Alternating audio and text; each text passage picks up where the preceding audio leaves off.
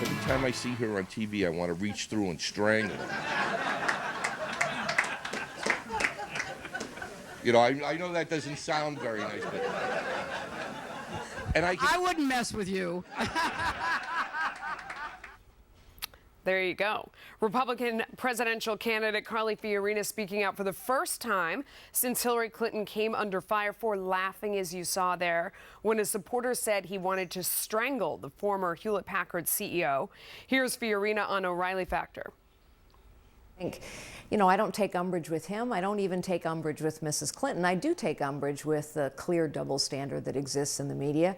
I mean, if this had happened with a conservative candidate, the liberal media would be all over us to correct him, to apologize, and all the rest of it.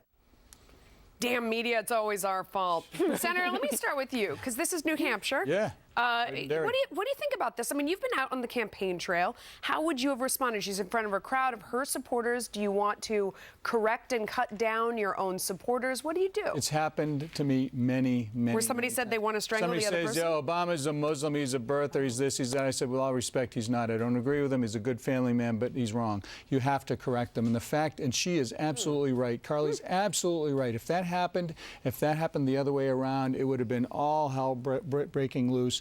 And the fact that she didn't say, sir, with respect, I appreciate, you know, I understand what you're saying. I get a little frustrated with her, too. But she's a presidential candidate. She's running for president. And the fact that you want to strangle her is really inappropriate. Thank you for your question, though. Next.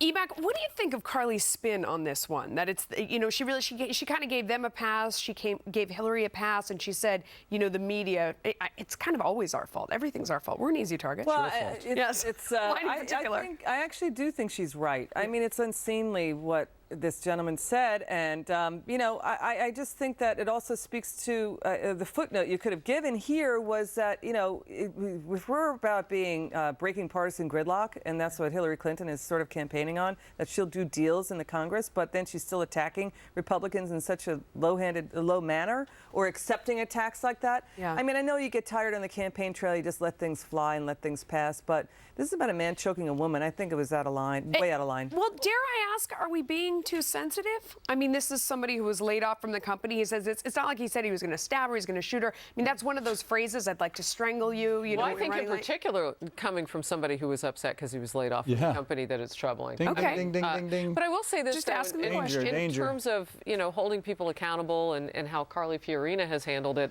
one of the things that gets her so many points with people is the fact that she doesn't play victim. Right. You know, that she accepts that she's in the arena. So I'm not surprised that she wouldn't look, not to deflect, but to take some of the air out of that balloon and say, you know what, wasn't right, but I'm not looking. She's said it many times. She's not looking for an apology. I mean, she said that to the women of The View.